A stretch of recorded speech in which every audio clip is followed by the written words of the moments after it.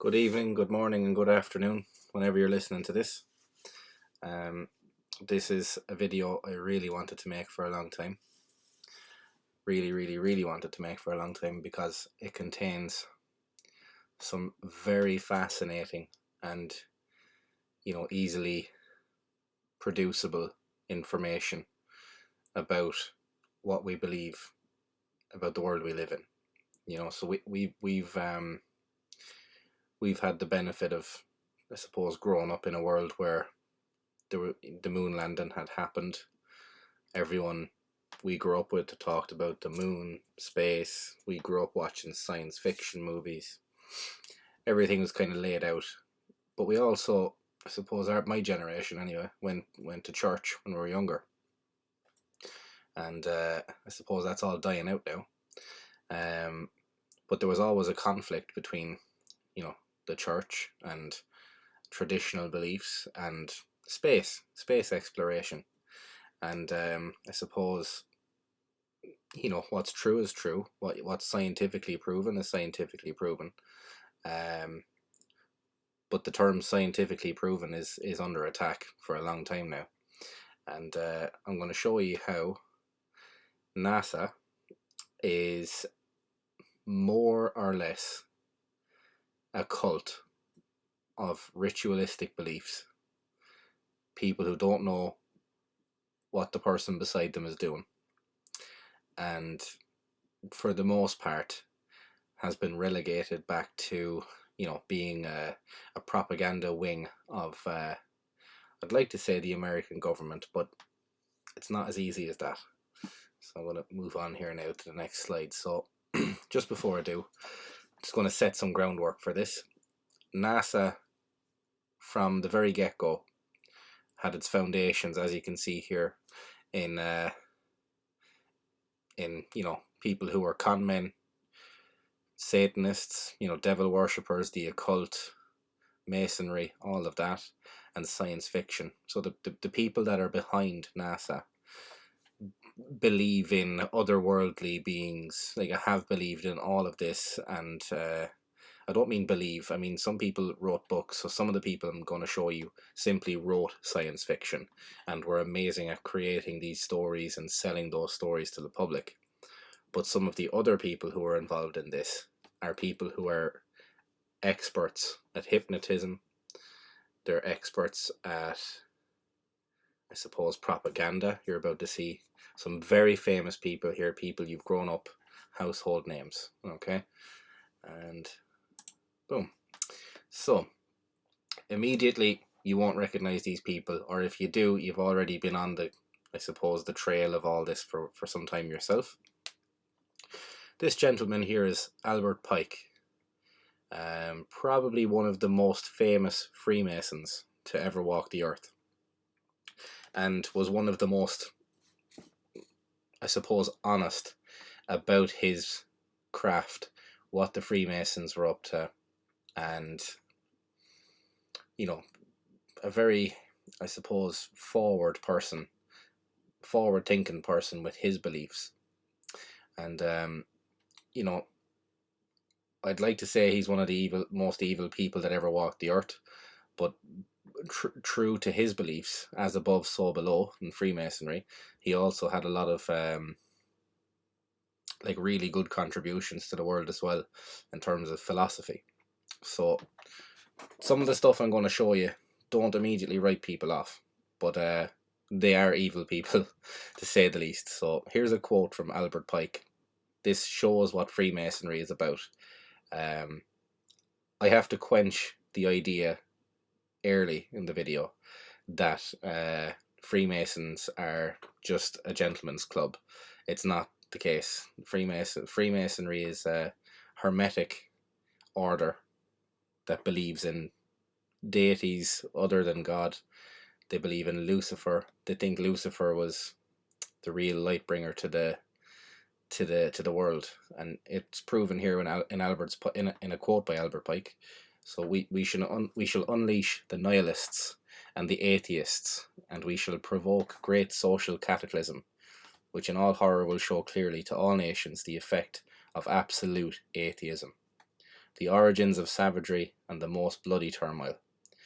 Then everywhere the people will be forced to defend themselves from the world minority of the world revolutionaries, and we will exterminate those destroyers of civilization and the multitudes delusioned with Christianity, whose spirits will be from that moment without direction and leadership, and anxious for ideal, but without knowledge where to send its adoration, will receive the true light through the universal manifestation of the pure doctrine of Lucifer, brought finally out into public view, a manifestation which will result from general reactionary movement which will follow the destruction of Christianity and atheism, both conquered and exterminated at the same time.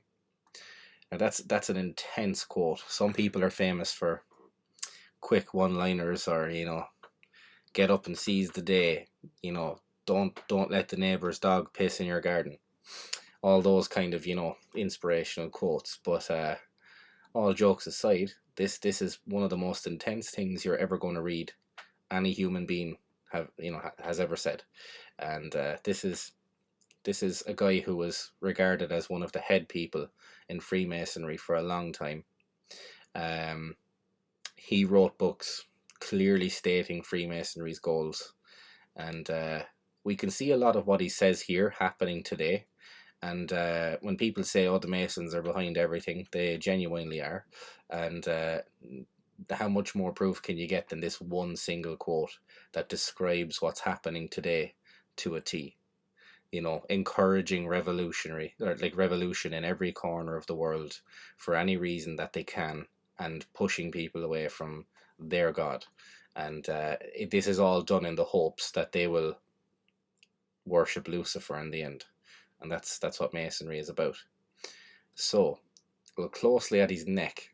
This is, I suppose, like a ceremonial neck scarf, garb. Don't know what the fuck you call this. But the number 33 on it, that indicates his rank. So 33rd degree Mason, Freemason. And we also see Gordon Cooper here, one of the astronauts who flew in 1965 on the Gemini 5 orbital mission. And he took with him a Scottish Rite Freemasonry banner, and here it is here. So this is a 33rd degree Freemason with the same beliefs of this guy, because they, they're all following the one belief system. They're all getting indoctrinated. They're swearing oaths, blood oaths. Everything else is there, right? So this is the direct link so far. This is me just putting it visually for you right now. I'm going to show you much deeper in a moment. But this is a direct link from 1965, NASA, all the way back to Albert Pike, saying these words. Okay?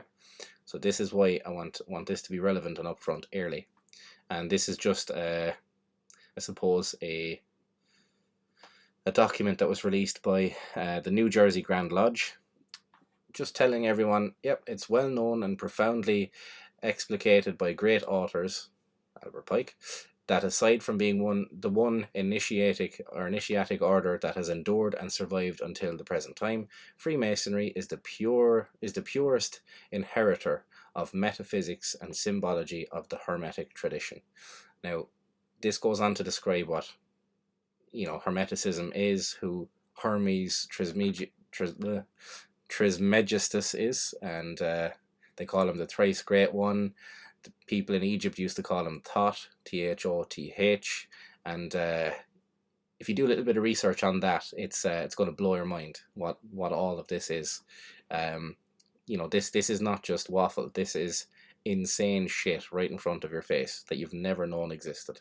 And if you did, welcome to the club. It's all new to me too.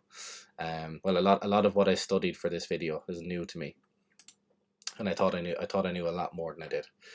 But anyway, so where did NASA start from? And NASA's foundations, as I tried to show you there,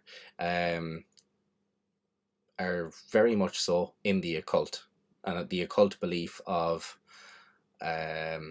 demons, and a lot of science fiction elements come into play about space, because a lot of the occultic beliefs are about the planets and sun and moon worship. And one of the guys who was involved in the very first group of people to develop rocket technology is Jack Parsons, or as he was born, Marvel Whiteside Parsons. The reason that name there is so important, Marvel, is that's basically where the idea for the comic book, famous comic book strips Marvel comes from. The character Iron Man, let's say Tony Stark, his dad Howard Stark in the comic is based directly off Jack Parsons. Now you can go and research it. You can find many people giving different explanations, but this is the type of stuff that's so hidden that when you finally unearth it, it all fits into place. Now, this is a fairly big claim I'm making there. Don't worry, it gets better. So these guys here, so Marvel, well, I'm just going to call him Jack Parsons as he was known, Fred Miller, Ed Foreman, Frank Molina, a couple of other guys kicking around the yard there, but these four here on the left, these three really, members of the occult, basically, as we can show here, and they were part of Thelema. They were initiated into Thelema by the famous occultist Alistair Crowley. Like, seriously, the most well-known occultist in all of mankind is directly linked. Like, I'm talking best friends, did shit together, fucking guided each other on different things with Jack Parsons, the guy that was part of the original, get this, Suicide Squad. Alright, so again, comic book reference. So much of DC and Marvel is fucking inspired by this small group of people. You will not believe it. I'll try and show you as much of that as I can, but these are just some notes here about Jack Parsons and his life, about his membership of the Ordo Templi Orientis. Some of this stuff I find it hard to say, guys, because I don't know it off the top of my head, like well enough to just repeat it. So I'm trying to kind of just show you it. But basically, he was obsessed with secret societies and getting into space. Basically, like he absolutely loved the idea of building a rocket ship. So the company that these guys founded, with direct funding from the US government, was the Jet Propulsion Laboratory, JPL. Some people nickname it Jack Parsons Laboratory, or yeah, basically. Now, if you've never heard of Jack Parsons, there's a show at the moment called Strange Angel, and it shows his whole life. They didn't want his name associated with NASA over the years, but a lot is coming out recently. So yeah, go and research a bit about Jack Parsons if you want to stop it here, and if you have no idea who this guy is and you have no idea who Alistair Crowley is, stop the video here, go and research it for 5 minutes and come back, and I'll go on to the next slide.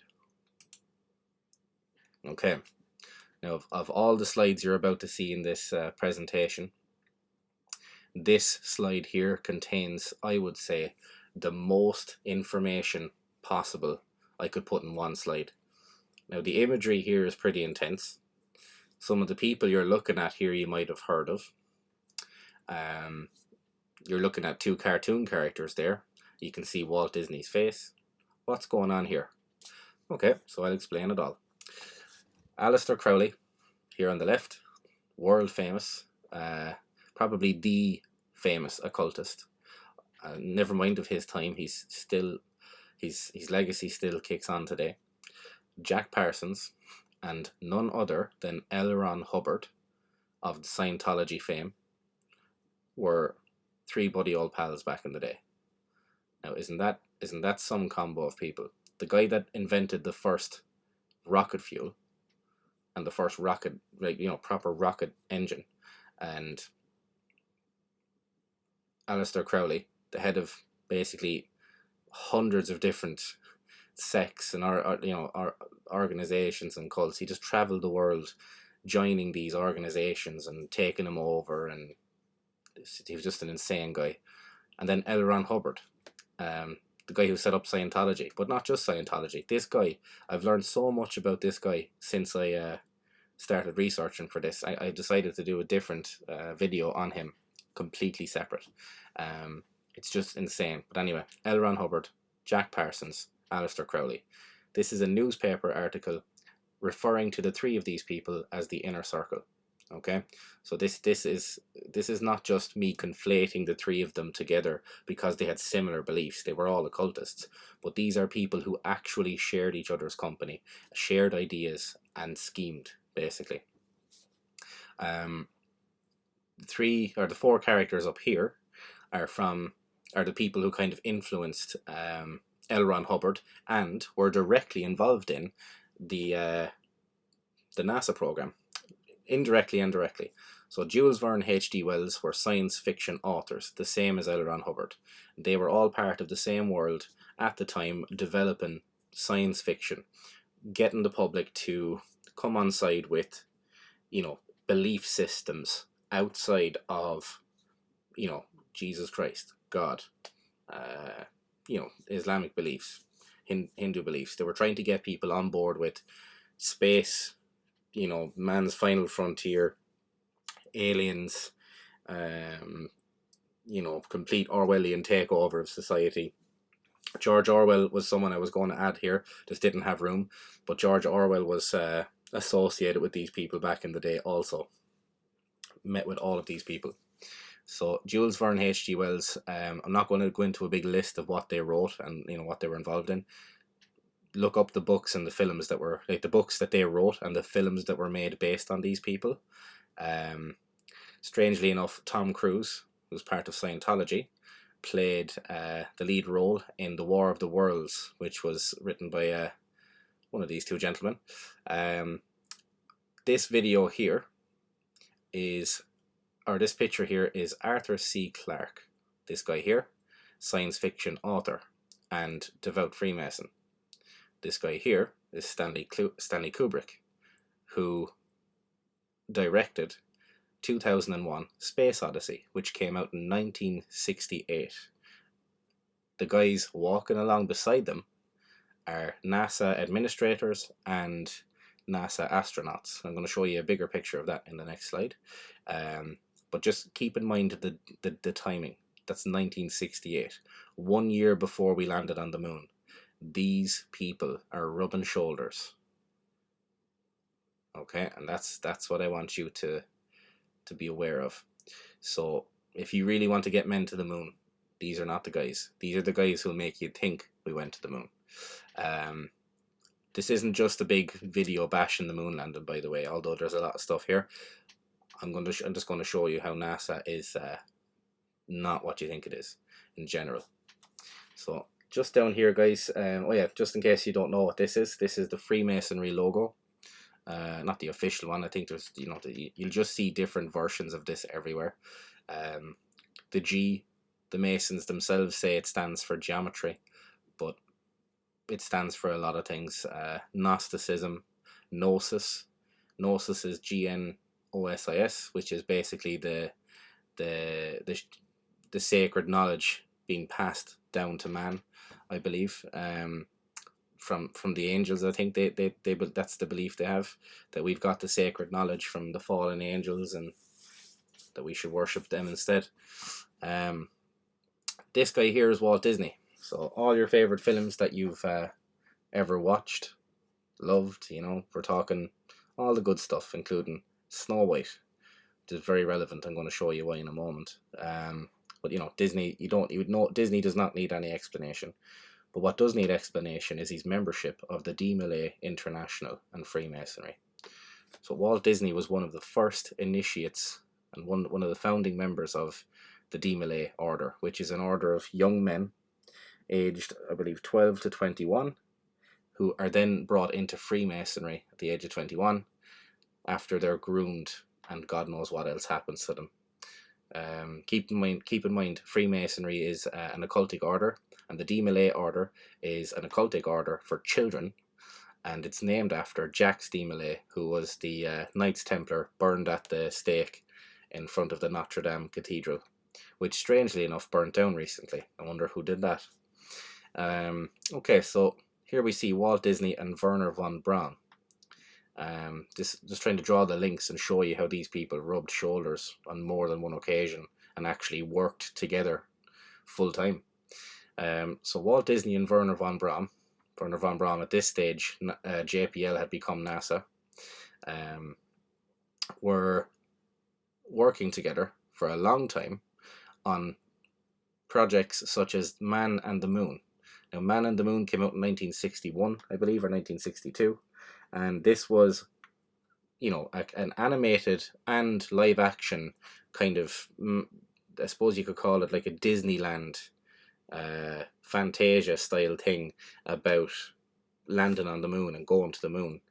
And some of the stuff they talk about in there is literal propaganda. Like, half of what they said didn't happen. And it was just about mesmerizing the public. And that's really all it was. Now, Werner von Braun is one of the most interesting characters in history, to say the least. So during World War II, Werner von Braun was a Nazi scientist. And when the war ended, Operation Paperclip kicked into effect. That was an operation by the United States to take as many of the Nazi scientists as possible back to America and to use their technology against the newfound Russian threat, basically. Von Braun was one of those scientists, immediately indoctrinated into NASA, and before you know it, was on the telly talking to the very same people he was, probably going to kill. With his V2 rockets. This is the man that developed the V2 rockets that America and England were worried could travel the long distances needed. And the very same guy was on the television with Walt Disney. Hey guys, isn't it great that we're going to the moon? Now, this clipping here, this screenshot I took from Wikipedia, which, lots of links between von Braun and Parsons. Naturally enough, Parsons worked for JPL, or created JPL, and then when that became NASA, Parsons was out of the scene. They kind of froze him out. I think because he would never have been palatable to the public with how devoutly occultic he was, like how crazy this guy fucking was. But they talked on the phone regularly, all the time, about the projects, even after he was flushed out of NASA. The lady beside Jack Parsons here is Marjorie Cameron. Your run-of-the-mill occultic witch, disgusting person, and take a close look at what she's wearing, and have a look at the Wicked Witch from the animated movie Snow White and the Seven Dwarfs. Now, if you wanted to, you would not be able to draw her like that. And you have to ask yourself which one came first. Now, as a paranoid Egypt like I am, I thought this was based off of this, but it's not. So I want to clarify that for you. It looks like this was a fancy dress, taken probably from Disney inspiration. But this picture was taken during what's known as Babylon Waking, which is basically a huge, weeks-long occultic ritual that the two of them took part in, where Marvel Whiteside Parsons summoned the goddess Scarlet Woman into the body of Marjorie, and she became his Scarlet Woman, or as we now see in the Marvel Universe, the MCU, the Scarlet Witch. And that's the inspiration for that.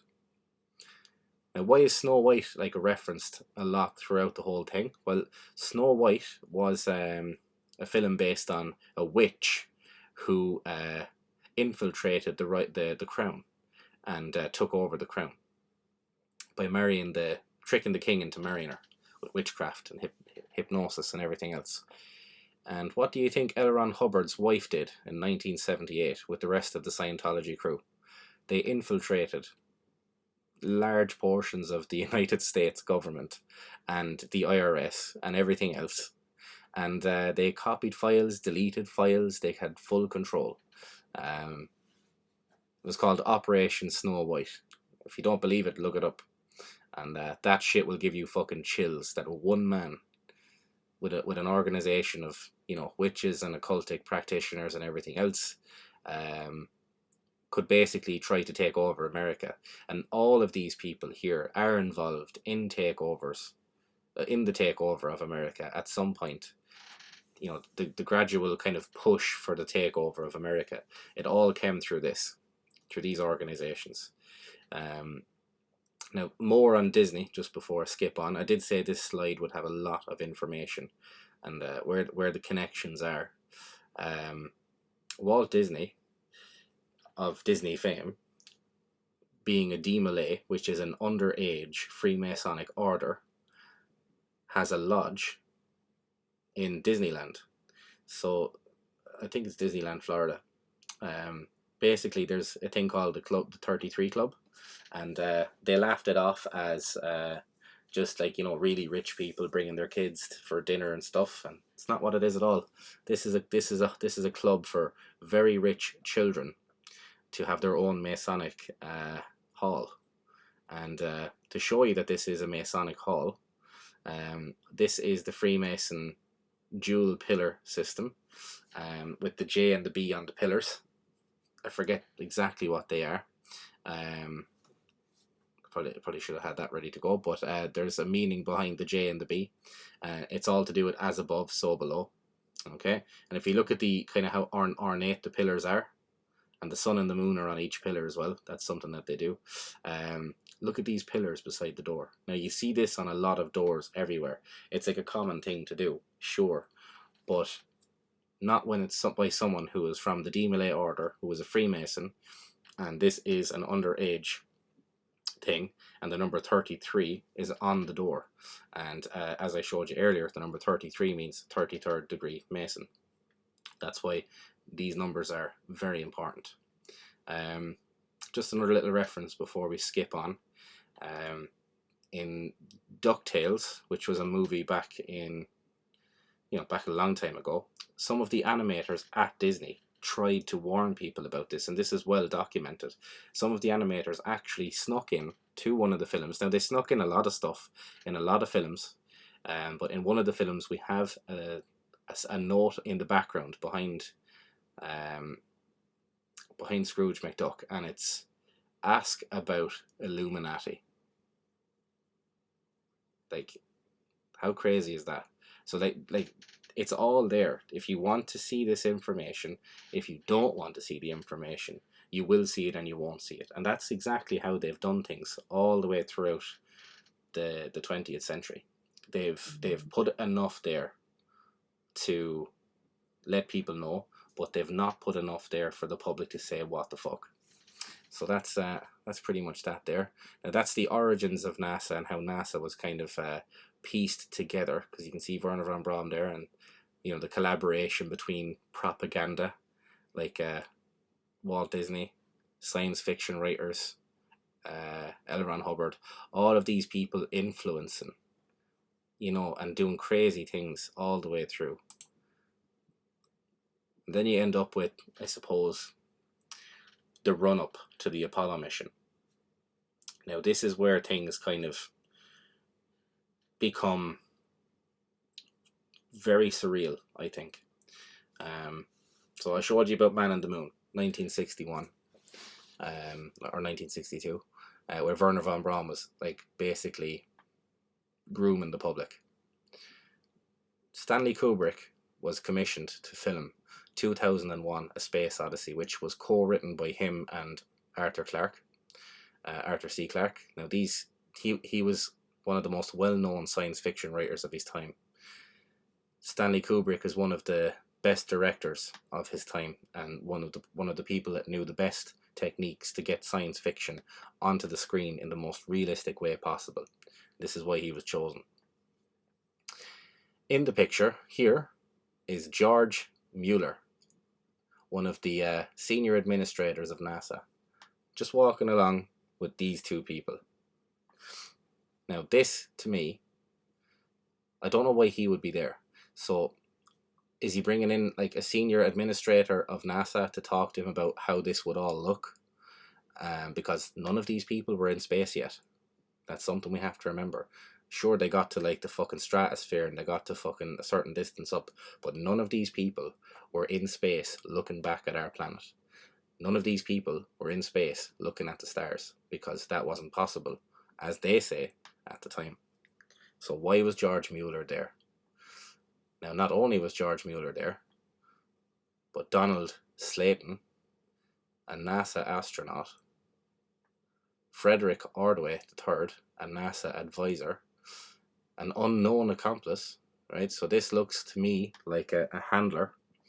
In all seriousness, I think this to me looks like what you would call the classic Men in Black look, or Secret Service. So I think this was a psyop. Now, a lot of people have said Kubrick directed the Apollo mission, and the evidence that he did outweighs the evidence that he didn't, simply because you cannot show any evidence that the Apollo mission ever even took place. And I'm going to show you how in a moment, which is some of the evidence I'm going to show you is it's just ridiculous. It's beyond belief. It's insulting. But anyway, there's a mention here of Walter Cronkite. This is Walter here, a member of the Redlands Masonic Lodge, and also one of the most famous TV announcers in history.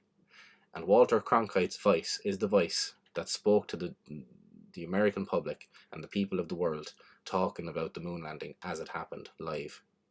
So you have a Freemason on one end of the plan, talking about it and reacting as if he didn't know anything about it, and oh my god, this is crazy. And on all throughout the whole lot of the entire system that was put in place, you have Freemasons everywhere, science fiction writers, you have occultists, all this stuff everywhere. This guy was into the occult, this guy was into propaganda, he was Captain Propaganda of the time, and that's why he was where he was. So these are all jigsaw pieces into place here. This picture here shows forget his fucking first name, but basically this was the administrator for NASA up until 1969, just before the moon mission went ahead. So Webb set the whole thing up, was involved in it and everything else, and he decided to stand down when Nixon got elected. He said, no, I'd rather Nixon chose his own person. You have to remember, John F. Kennedy was shot dead, the year before. 2001 Space Odyssey was released, or 2 years before. And that was the atmosphere you were going through right then. John F. Kennedy coming out publicly and saying there's a conspiracy in the world, a monolithic conspiracy, which is the Freemasons, to take over and subvert the American people, and the United States and other countries. And he was talking about a communist takeover, and that's what all these people are, filthy communists. No qualms about saying it. Anyway, Webb was part of Lyndon B. Johnson's, kind of, what would you call it? Like, there's Lyndon B. Johnson there, and there's Kennedy there. Like, Lyndon B. Johnson would have been considered the guy that orchestrated Kennedy's assassination. I'd nearly do a whole video on that, but everyone's covered it, so it's just known information at this point. But when Kennedy was killed, Johnson had to try and, in 2 years, get these people from being, marred in the public by Kennedy. Kennedy saying, you cannot trust anything that's going on right now. These people are in full infiltration mode in our country, and we need to act now. That's basically what Kennedy was saying, and he was shot for it. Johnson stepped in as the vice president, and in 2 years had people on the moon. 2 years. So answer that one, and look at the people involved. So it's all pretty much there in front of you. But more about the whole Nixon thing in a moment. So Nixon was brought in 1969, just before the Apollo mission, and these three gentlemen here, using the prop that you see right behind them. This is a famous picture, and nobody knows this, but that moon behind them is not a picture on the wall. That is actually a scale model of the moon. Okay, and you can see other pictures of that scale model, and the guys leaning on it and doing all sorts, mocking you. you can see all that there if you want to go on and have a look somewhere. But I just wanted to show you this for now. And yeah, so the time arises. It's time for the Apollo boys to go to the moon. And these 3 guys here are selected, and they are sent to go to the moon. Originally, a guy called Gus Grissom was the guy that was supposed to be the first man on the moon. And he was blown up and burnt alive in one of the modules during a test flight. Well, it was about to launch. And true to Freemasonic order traditions, someone has to get sacrificed for a good mission. So it was you, Gus. And just in case you're wondering what the hats are, these are Shriner hats. And the Shriners are a Masonic order. These guys were publicly out there with this, with their belief in the occult. You know, publicly out there with the belief in the occult. Like, not much more I can say about that, really. You know, just take a look into the story behind Gus Grissom, and then the fact that Buzz Aldrin, Neil, and Michael Collins were selected, and you'll see how strange that story is. Buzz Aldrin's mother dying and everything in a very strange way, and she had a very strange name that you should probably go and research, and you'll see how it all ties in. And one of the most interesting things about this whole moon landing thing, so they got to the moon, came back, wow, you know, we all saw it on television, or so they say. All the actual reports of the live TV, people were ringing in complaining, saying that it looked fake, and people said that they could see Coke cans and bits of debris left around the set, and lots of people switched off their televisions at the time. NASA went into full, you know, cover-up mode after the moon mission, and that involved the 3 amigos when they got back. This is their press conference, talking to everybody, and Michael Collins, during that press conference, for no rhyme or reason, stated that he couldn't see the stars. He forgot that he was not standing on the moon.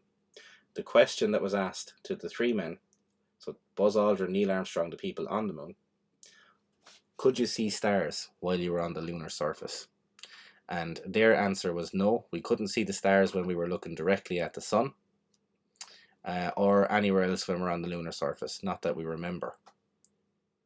And Michael Collins piped up and said, I don't remember seeing stars. He was not on the surface of the moon. He was in the LEM, flying around the moon, waiting for them, or so they say.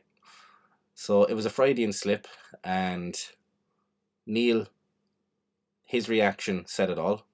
He jerked, immediately looking at him, and you know, his facial expression was, for fuck's sake, and Michael Collins' expression was, I'm sorry, and you can see that in his face here. And that's the last, these 2 clippings here, guys. I know that this is not the most exciting video ever, but I think this is insane information, some of the stuff that I've shown you so far, but it all comes together very soon. So according to Google, 553 people have reached Earth orbit, and 556 have reached the altitude of space, according to the FAI definition of boundary of space. That's 553 people in total from the entire planet. If you look over here, on this website, which is Tranquility Lodge, a Freemasonic lodge, number 2000, this lodge was founded by Buzz Aldrin on the moon. Buzz Aldrin founded a Masonic lodge on the moon. If you didn't know that, you know it now. And I want you to go and check this website out, because on here they have an astronaut scholarship foundation where they claim to have given 400 scholarships to astronauts. So 500 people total, Earth orbit, 400 scholarships through this lodge alone. So that answers that. How many Masons? How many of that total that went to space were Masons? And I can tell you, it seems to be about 80 to 90%. the next slide I'm going to show you guys is actual proof they never could have got there. We never will get there, and why everyone should drop this topic like a hot snot. If anyone says, "Oh, fucking moon conspiracy" or anything else, you just tell them that the temperature of the Van Allen belts is 19,726 degrees Celsius, and tell them to go and explain that. Okay? And there are many people that have tried to explain it and come up with bullshit about particles and the distance between particles and everything else in space, and none of them people have ever been. What we do know is that temperature of this high is bad. So there's other information here that I'm going to explain why this is incredible, but I'm going to start with this. President Nixon made a phone call to the moon, to the astronauts, live on television, broadcast on live television, 1969. And if you skip forward to 2021, sometimes your video on your laptop, on your internet, will stop loading and buffer, and you have megabyte and kilobyte internet.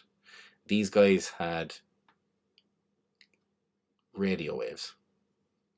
All right, radio waves that they claim traveled to the moon and back with very little delay. And it traveled at 2000, and you can get this information from NASA, although they don't like sharing the information on their website. You have to go to other sources to find out, which is I think a tell as well. But yeah, so in the megahertz range, it was 2,282 megahertz, which is, you know, basically 2.2 gigahertz. That's the frequency that the phone call President Nixon made the call on. Now, if you look here about radio waves, there's lots of websites that have got this information based on the Van Allen probes and everything else, and all the other probes that we've sent up to space after that. Charged particles can get trapped in the ionosphere for up to a year. So Earth's geomagnetic field traps charged particles in two concentric belts that guard the planet. Particles can escape the outer belt in about a week, but the inner belt can hold on to particles for about a year. So Nixon made a call and was able to talk to them live in 1969 with shit technology, with wavelengths that would never have broken through the Van Allen belts in the first place, and you're supposed to believe it. So the information is there about that phone call. Now you can say, okay, that phone call, maybe that was just propaganda. At what point are you going to draw the line? Is that where you're going to draw the line and then just say everything else wasn't propaganda? I think not. So basically there's my proof of the temperature. The agupubs.onlinelibrary.wiley.com, that is a document there that shows all of the probes that went up, and it's cited as Katova 2007.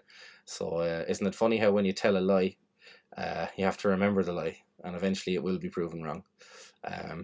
But they went through a region of space that was 19,726 degrees Celsius on average, and they spent 2 hours in that region of space traveling through it.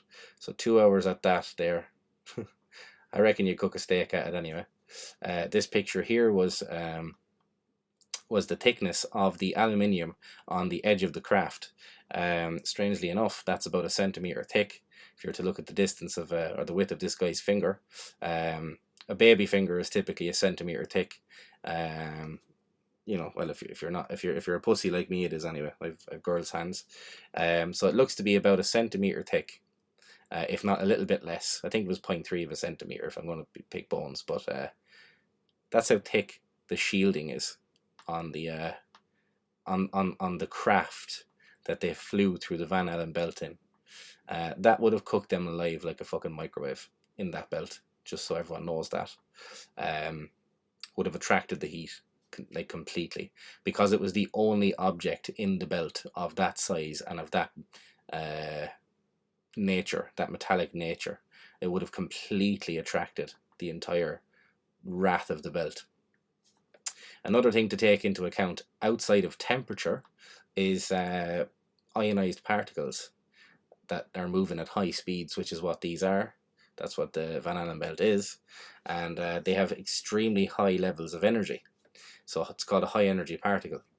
And one person who knows a lot about high energy particles is Anatoly Burgorsky, a Russian physicist who got hit square in the fucking head by a particle accelerator.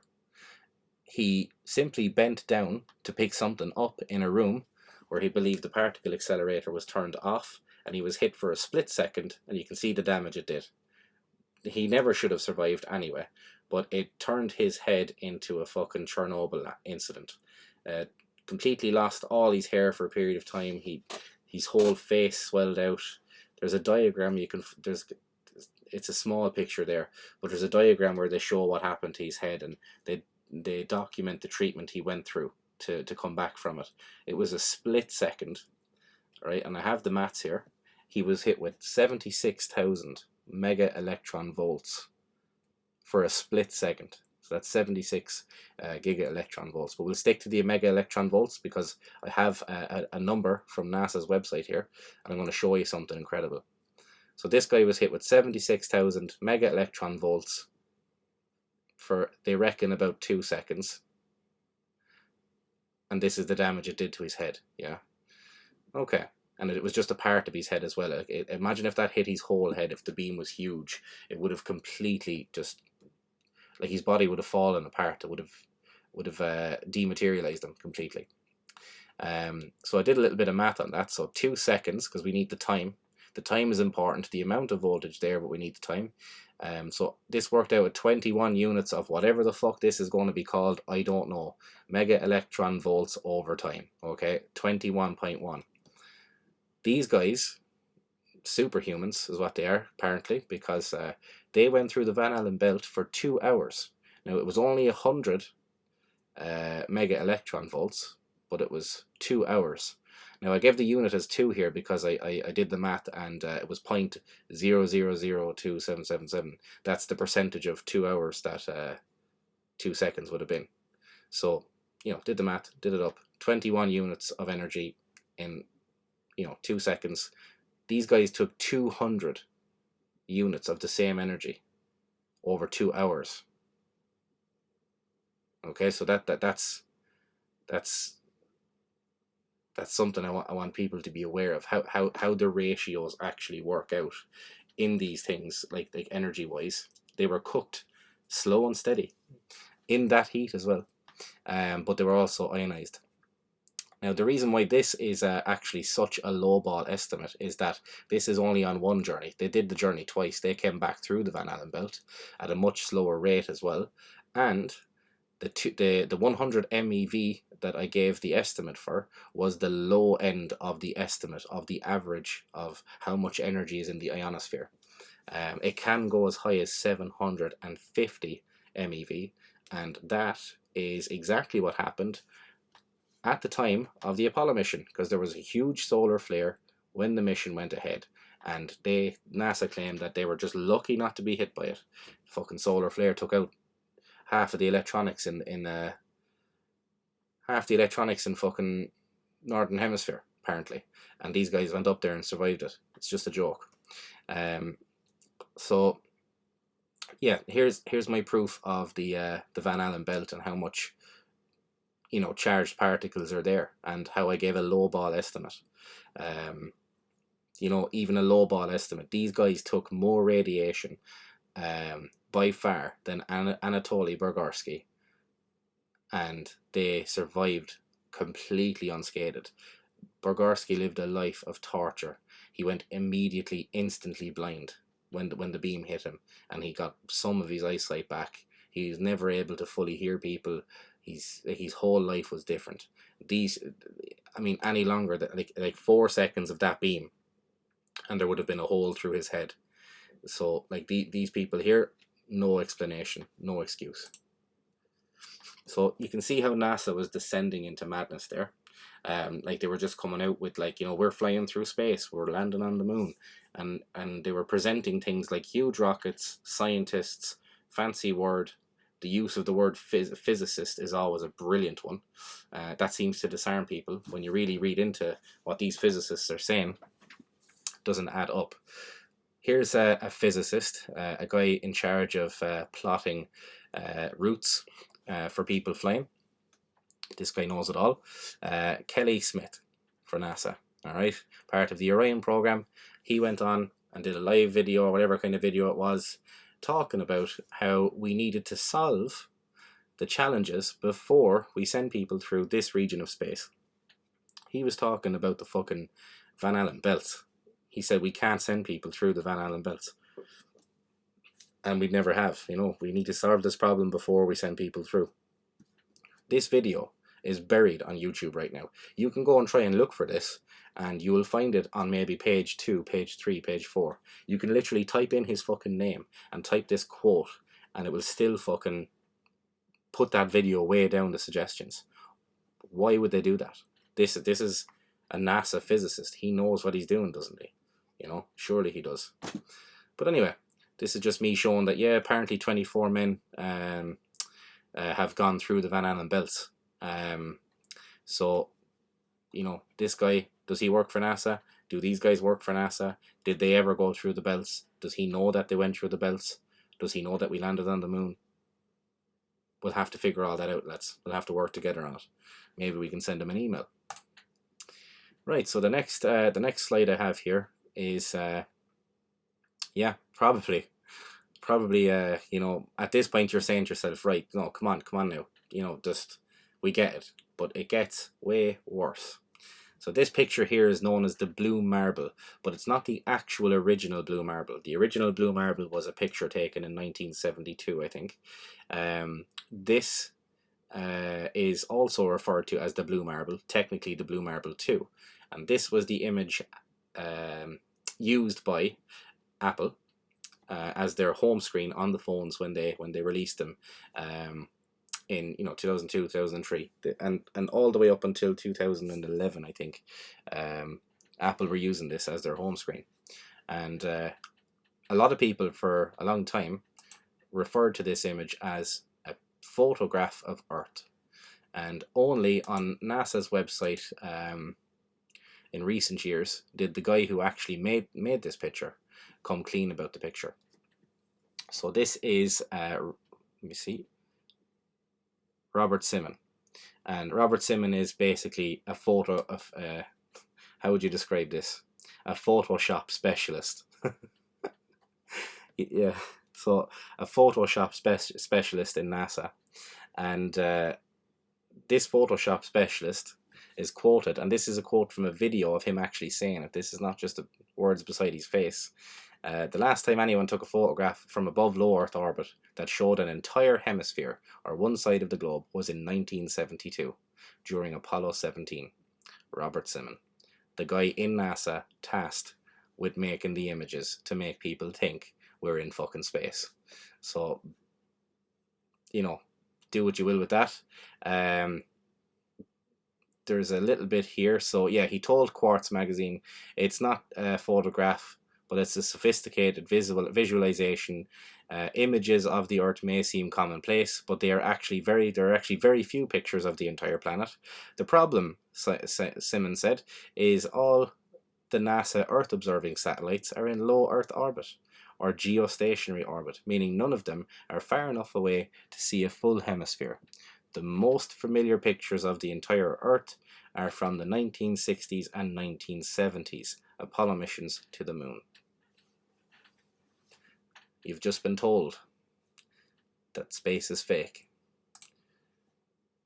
This is NASA's website, where they continuously, like ridiculously, overwhelm the public with wonderful photographs of Earth. Now, this one here on the left is, I think I could get a 10-year-old to look at this and tell me it was fake. Okay, you can look at the terrain here, and you can see that the terrain on the moon is fake, 100%. It's like something out of, I don't know, like a 1992 animated cartoon show about space or something.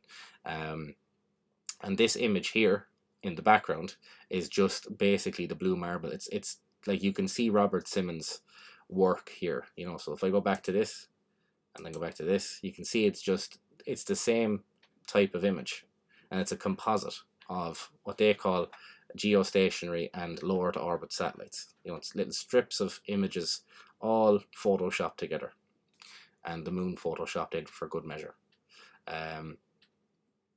That's what NASA represents as a real photo. Okay, just so you know that now. If you don't believe me, go to their website, go to images, and look through all their shit. You won't believe how bad it is. You can do better yourself. On the right hand side here, guys, are what are presented as real photographs, as said by Robert Simon, the guy who makes the fake ones and admitted he made the fake ones. These are the real ones, he said, the ones from the 70s and the 60s. So this is the original blue marble here. Okay,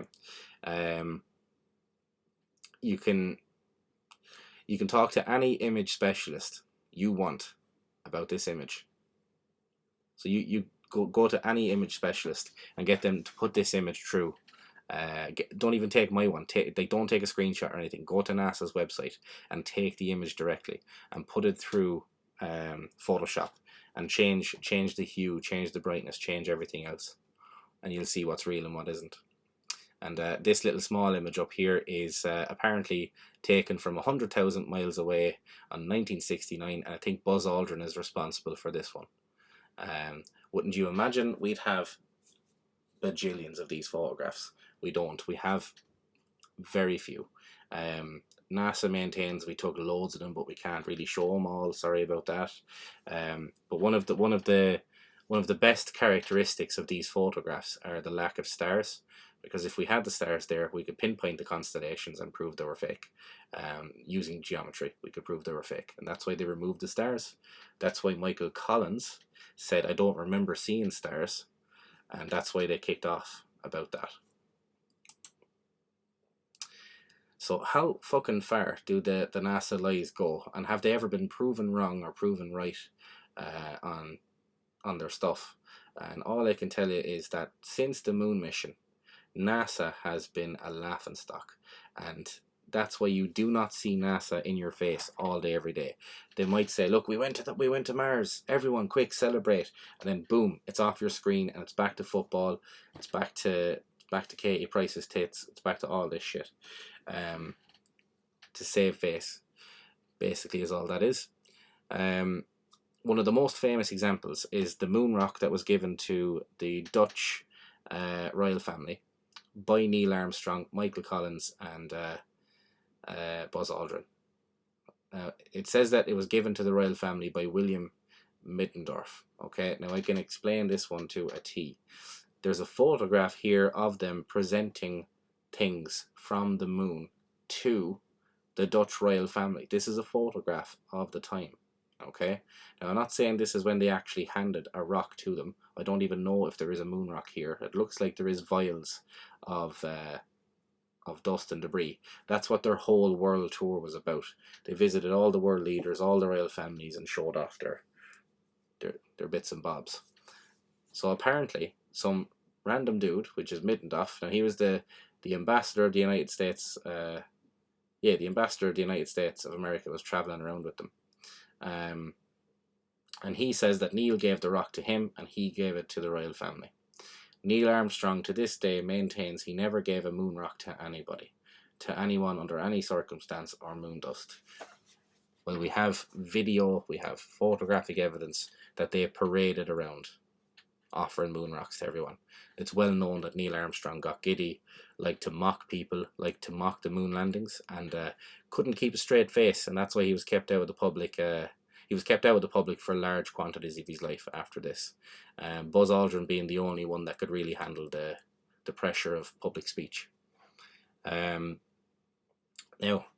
if you think that was bad, okay, well, look, fair enough, a moon rock. Maybe they just wanted to make money on the side. Maybe these three gentlemen were just blackguards. I hear you. I hear your point. But sorry, NASA, as in the entire fucking company, lost the tapes. So how do you lose the tapes? What tapes do you mean? The entire recording, the natural, real, authentic recording of the moon mission and audio, NASA deleted. And they say that they did this accidentally. So you can go and check that out.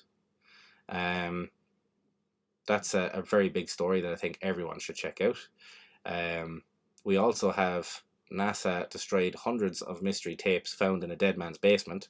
So someone was gifted lots of the old NASA tapes. And NASA actually, after all this happened, well, after or before, no, it was after, yeah. They were tipped off about this particular person dying, and they fucking raided the house, took the tapes, and burnt them because they didn't want anyone to see what was there. We also have NASA kicking in the door of a Denny's restaurant and holding a woman prisoner and taking a vial of moon rock off her that she was trying to sell, that she said Neil Armstrong gave her. Neil Armstrong denied ever giving anything to anybody, but here's the kicker: that fucking moon rock turned out to be, now it might not be this particular one, but the moon rock this woman had taken from her by NASA apparently tested to be real, which is like a double negative. I don't know what the fuck you do at that point, but yeah, they held her at gunpoint, made her piss herself and everything, and took her shit. Not sure if you ever heard of this guy. This is Don Pettit. This is an actual NASA astronaut who I can only describe as the poster child for autism, because what he says and does in the guise of being an astronaut is nothing short of mockery of the general public. And that's not just in America. This is total mockery of everyone in the world, saying, ha ha ha, I can't believe you fell for our shit and you're still listening to this cunt. This is a quote from him. I'd go to the moon in a nanosecond. The problem is that we don't have the technology to do that anymore. We used to, but we destroyed that technology, and it's a painful process to build it back again. So that'll tell you the type of people that are in NASA right now. Totally brainwashed, totally part of some sort of Hillsong cult. God knows what's going on, but when you see the standard of people in NASA right now, just what they're showing you, it's total mockery. These are images on NASA's website that are classified as photographs, and I guarantee you there is not one of you that can take a photo like this. Even if you were up at that height, I don't care. Look at the colours, look at everything else. These are classified as photographs and unfiltered, or like they're not put through any kind of filter or anything else. And apparently this guy went to space and took these photographs. This is a guy that would barely be able to find a spoon to eat a bowl of cereal, to be honest. And you can go look at any video you want of him talking, and you will not be able to believe this man is an astronaut. The last picture on this page is Herbert Walker Bush, or George Bush Sr., being wheeled through Houston, I believe it is, which is the NASA kind of launch center. And on the screen in the background, we see one of the astronauts who was at the time supposed to be in space on the International Space Station. And behind him, we see a blue screen. And this particular type of blue screen is one that's used for a technology called chroma key. And that's how they fake space, 100%. And you can go and look into all that. You go look at chroma key, International Space Station, and you can see compilations upon compilations of bullshit on YouTube. There's no coming back from any of this for any of these people. One of the last slides I want to show you is how the beliefs of the Freemasons, the witches, the occult, everything else in NASA is filtering through, and they're using it to basically program people and indoctrinate people into the cult of scientism, as people call it now. So you remember that reference to Space Odyssey that I showed you about Stanley Kubrick? Stanley Kubrick and Arthur C. Clarke wrote and directed this film.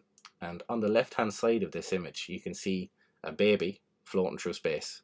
Now, anyone who's seen the film knows how fucking creepy this was. It was just like a big giant baby floating through space, and kind of it seemed to be like a deity, like a holy figure of that universe, whatever it could be. Well, the name of the individual in the film is Starchild, or the Starchild, and that is something that it's found all throughout Wicca, occult, all these beliefs, and it's all connected to basically impregnating something from outer space and having a child with it. As far as I can see, now a lot of beliefs hold it different, but NASA's program for learning, the Learning Center for Young Astronomers, is called Starchild after this, which is insane. Like, it's absolutely insane. So like you have like that's them telling you, look, we're witches, we're fucking occult, we believe in all this stuff. Now, one reference is just pop culture reference, I would say. If you find one reference of something, that gets a pass. But if you find loads of references, it cannot be let past you. So the current program to get people to the moon is called Artemis.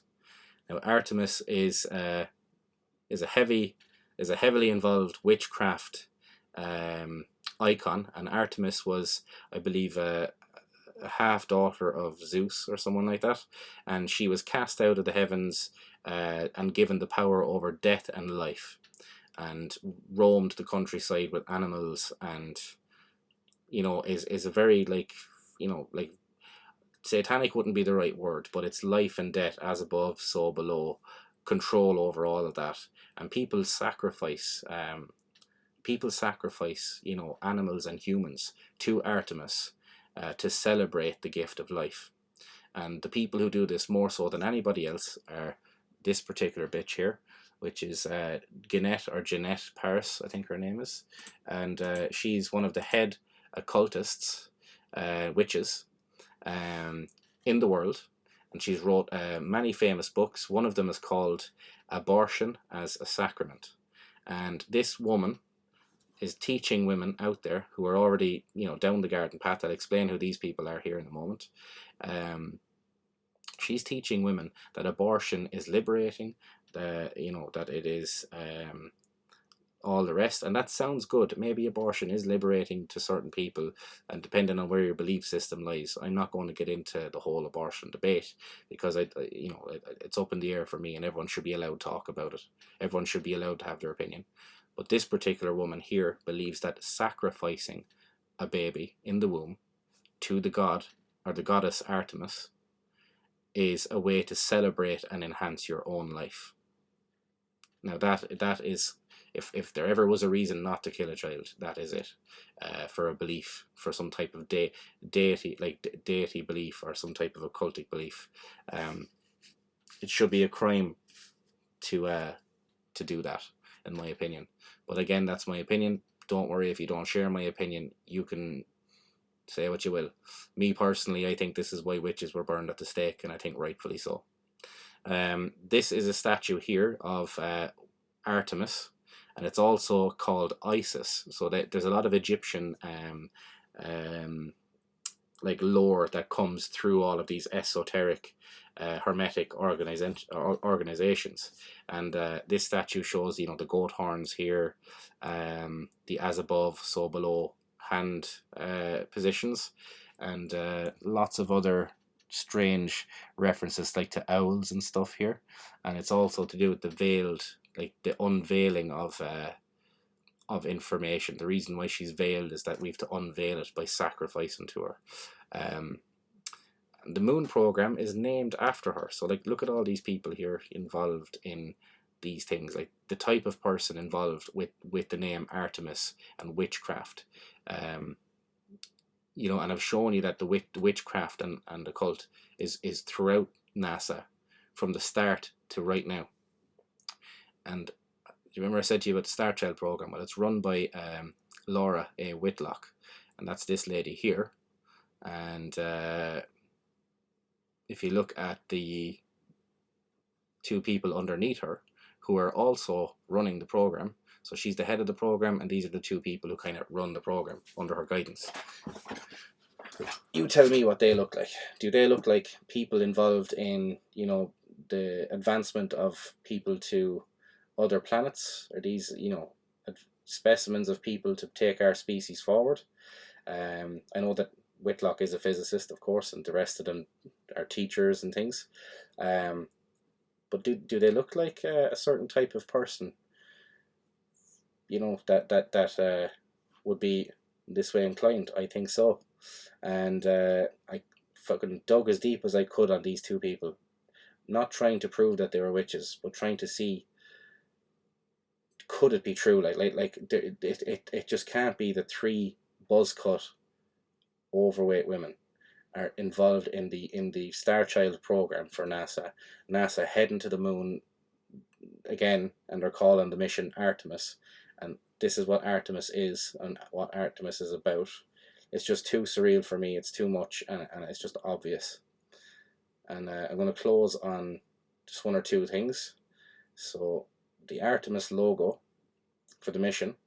Remember I told you about the abortion as a sacrament to Artemis. Well, this is the belly of the mother. This is the vagina, the upside down V. And this is a trail of blood all the way out, and there's your fetus. And that's what Artemis represents, a sacrifice. So that's pretty much the imagery there, and you know, where a lot of it ends up. Some of the information here is really intense. Again, loads of my, like, the videos I'm going to be putting up here are going to be long form, me talking through information, lots of references, lots of imagery. Really sorry that it's not exciting, full of flashing images and music and memes. So that's just not the way I'll be doing it. But lastly, so I've showed you the pictures of the women behind the program for kids, and I just want you to tell me honestly, if or even tell yourself honestly, these group of astronauts here, do they look like they are Jehovah's Witnesses, like these guys? Or do they look like they are physical specimens ready to take humans to the next level, like these people here?